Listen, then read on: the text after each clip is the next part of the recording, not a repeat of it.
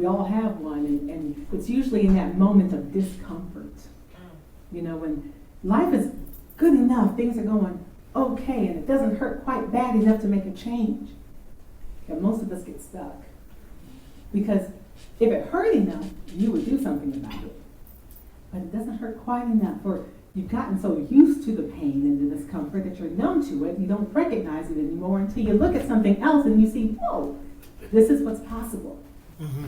If I just get out of it, if I just take that first step, if I just say yes to the thing that God, Spirit, the universe is asking me to do, but then what happens? Fear sets in. And that's why I believe, I'm supposed to talk about this, and I will get to the what and the why. But I want to talk about that call to adventure. And I want to talk about it. This month's theme is will. Will, W-I-L-L. And I believe that, the will is in the frontal cortex. And when we engage that part, that's where our intellect is, our judgment, the thing that says, oh, stop, or let's go forward. We make all these decisions and we create from that space. But what happens when that frontal cortex has been conditioned by our past, by the people we are surrounded by the life we've had so far? It starts telling us no to protect us because it thinks that's what we need. It starts telling you, no, don't go after that job. Because what if you don't get it? Then how will you feel? Remember that time you went after that job and you didn't get it and it broke you down? Yeah. Oh, don't ask that person out. No, the rejection is going to hurt you too bad. It's going to set you back. That could have been your mate, your soulmate. We're not going to start that fitness routine because last time I did it those 10 other times, it didn't work. So I'm just not even going to bother trying. I'm going to sit down and have this bowl of ice cream. I've been there. I've been there. But we tell ourselves the stories that we think we need to hear to keep ourselves safe. But what does safety give us? Truly, what does safety get us when it's keeping us small, when it's limiting our life, when it's making us stay where we are, when we know, like we know that we have something bigger out there for us? It starts here, but it also starts here. You got to get it in your heart, in your spirit, that, you know what? God has something more for me. God has a bigger plan for me. Did not put me here to be ordinary, to be half doing life. Because that's what happens when you get in a place and you're half doing life. Is that you're wasting the sacrifice. Because somebody sacrificed to have you in this room today. Someone did. I know my mother did, my grandparents did.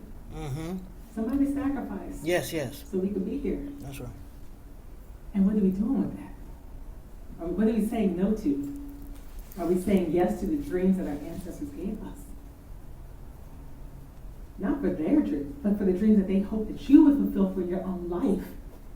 Because we are all here with divine purpose. And when we can marry our divine purpose with our will and our heart and engage our body, when we get head in line, heart in line, and hand in line, you can manifest the life you want. And that does start with will. Because we are physical beings on this planet right now. Okay, you're having a very physical experience, whether we like it or not. We are in bodies. We are in bodies, and we have to live this life through these bodies.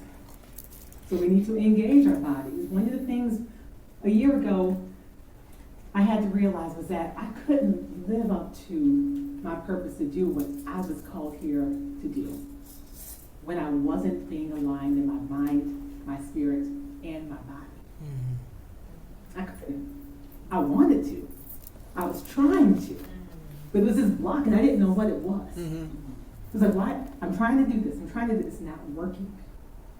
But I had a block, and I didn't realize it was because I didn't have all three in alignment. did, once I said I'm going to get my body in line with my mind, in line with my spirit, then you pull whatever you want to out the ether. Come on. Because everything is working together in favor for yourself, for you. The universe there's no resistance left. There's nothing blocking the blessings from coming. Because your energy is flowing in all ways. In all ways. Last September, this time last year, I was almost 40 pounds heavier. But I said, okay, we're going to get this right. Because I wanted something better for my life. I wanted my health, for one. I needed my be in check. So I made that decision. But you can make that decision on anything. You can say yes to whatever it is. It may be saying, you know what, I'm tired of this job. They're not treating me right. I'm going to go for the next job. I'm going to fix up my resume. I'm tired of this apartment. I want to move up to another, nicer living arrangement. What do I need to do? I'm going to take some action. You take intentional, inspired action on whatever it is that you want to do. Whatever it is you want to do.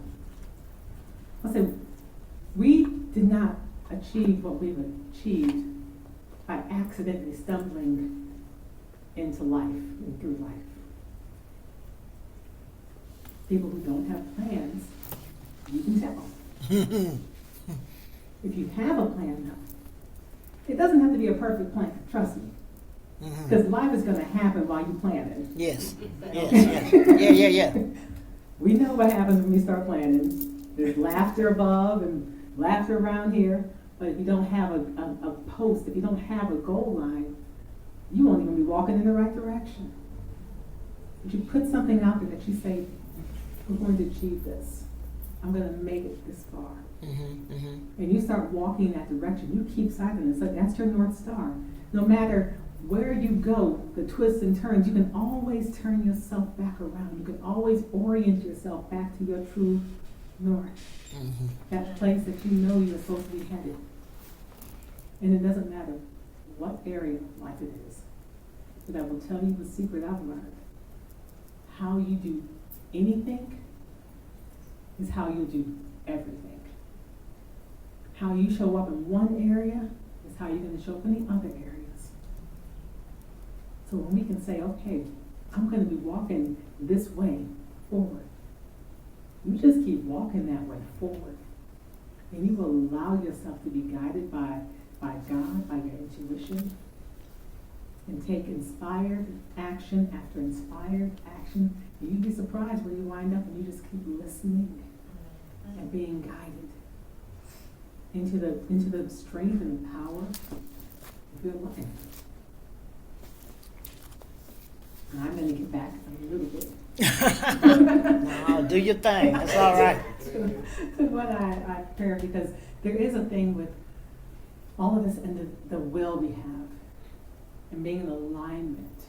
Because sometimes people are like, well, what am I supposed to do? There's all these choices in here. What am I supposed to do? How can I take intentional action when I don't know where I'm going? I don't know, what path I'm supposed to be on. Where should I focus? So I do want to take us through a meditation exercise on that.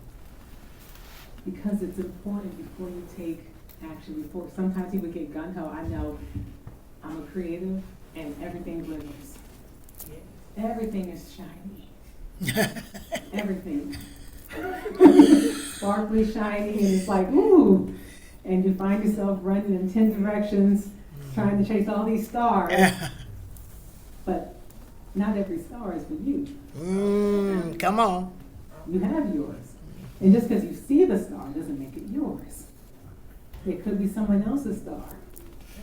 And when you're an intuitive or you're an empath, you will see other people's stars. And you think it's for you, but it wasn't for you. Which is why it's so important to be able to understand and tune into your truth. Tune into the things that you are supposed to be doing, where you are supposed to be led.